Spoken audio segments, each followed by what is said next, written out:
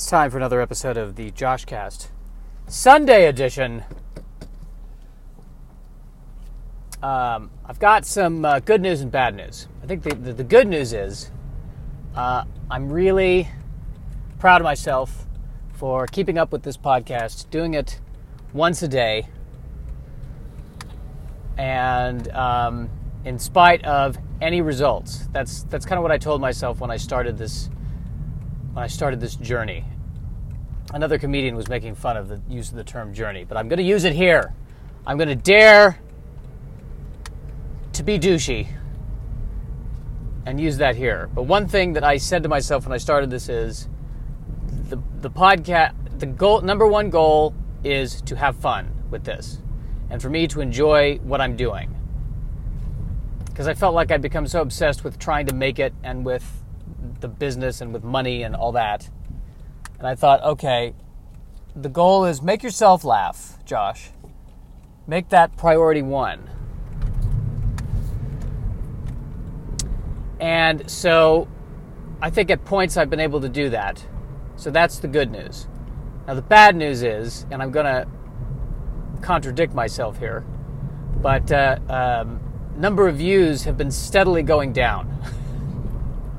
So I'm having fun, but fewer people who are listening appear to be having fun.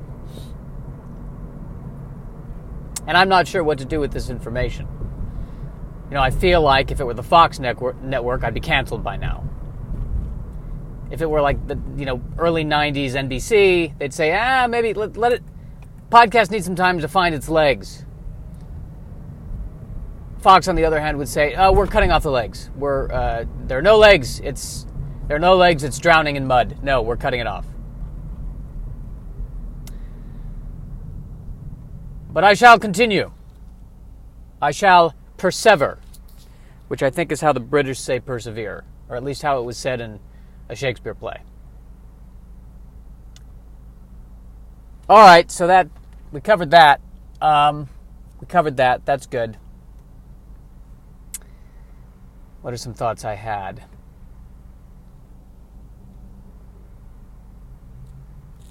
Looking at a very attractive woman who is in the Land Rover next to me.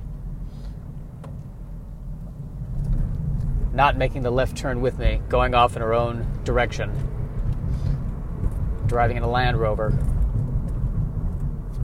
Doing well for herself. Perhaps an actress, perhaps an executive. Perhaps a businesswoman of note. Hence the Land Rover. Land Rover. Aren't all cars Land Rover? I mean, what's the deal with the name Land Rover? It is a pretty generic name for a car. As was the name of my high school, Overland High School. Overland. As in over the land? That narrows it down. But I was from the Cherry Creek School District, and so all the names of the high schools were names that reflected the nature of I guess, the Wild West and Colorado history. So Cherry Creek High School, named after Cherry Creek. What was the other one's choice? Out of sight, out of mind. Eastridge. I think Eastridge was one. What a compelling name for a school. Let's call it Ridge. Well, you got to be more specific. All right, Eastridge.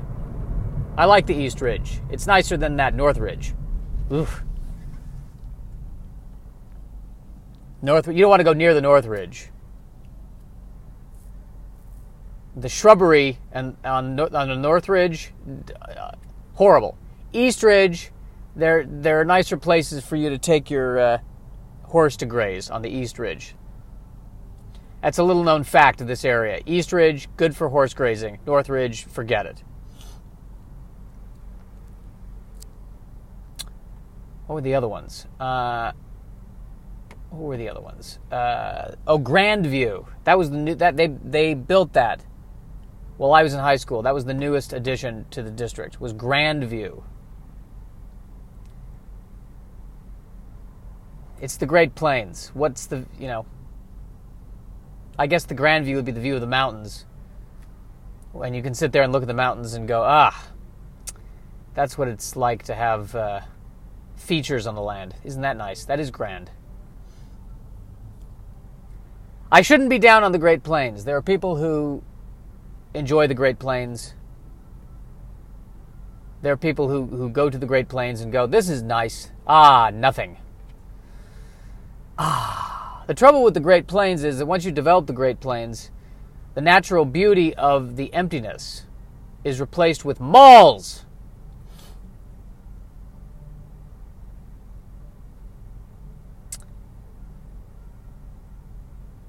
So that happened. What was the name of the Overland High School sports teams? The Trailblazers. Blazing the trail. That's a very dramatic name for just walking where other people you know of haven't walked before. Even though, I hate to say it, where America is concerned, the trail had sort of been blazed before and settled.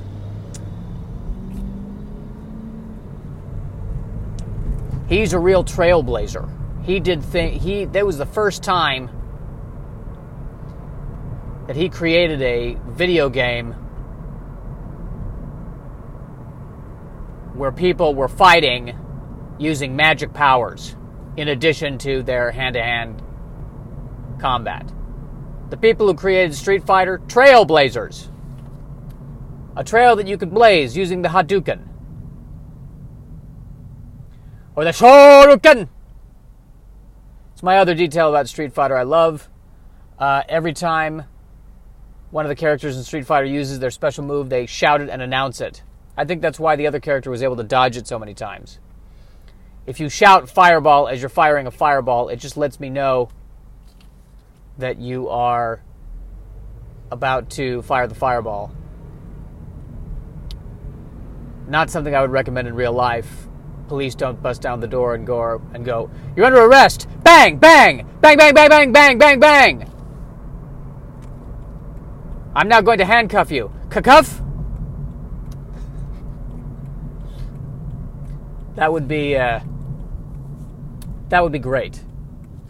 A police officer who provides the sound effects for every single thing he does. I just got to fill out this paperwork. Paperwork!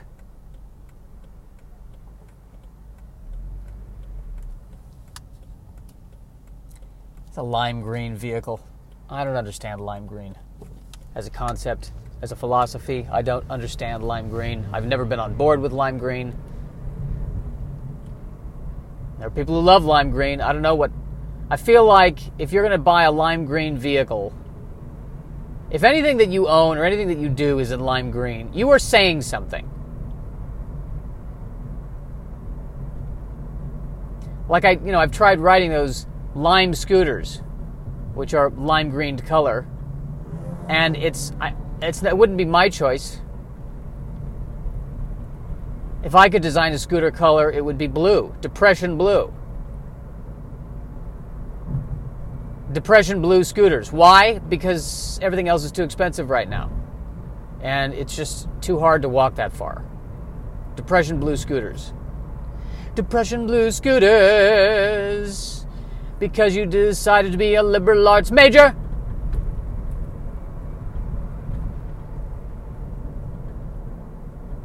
Lime green. Not a fan. Gentlemen, we here at Pantone have been dealing with green for some time now. But what if you could take green, throw in a bit of yellow, and make a color that would look absolutely ridiculous in any professional setting? Ladies and gentlemen, I give you lime green. The color of the fruit that we use to garnish our beverages. Lime green. Perfect if it's the year 1974. And that's it. Lime green.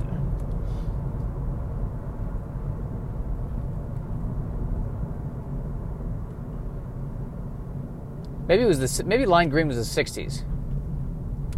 There was an era where lime green, I think, was a lot more. Maybe it was the 60s actually.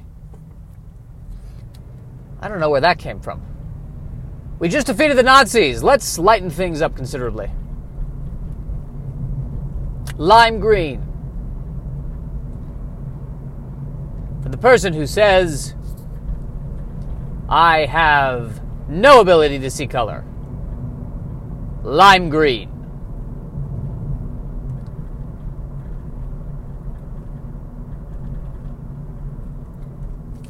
That's enjoyable. That's really that was an enjoyable moment. I felt a genuine sense of emotional release in discussing lime green. And it was a little scary because I'm saying to myself, if I go there, if I really unleash on lime green, am I going to be hurting someone's feelings? Is there going to be one of the 4 people listening to this podcast who goes, "Hey, I'm a lime green fanatic. How dare you?" And you know what? If lime green's your thing, lime green's your thing. We'll just have to agree to disagree. Or rather, agree to disagreeing. Oh!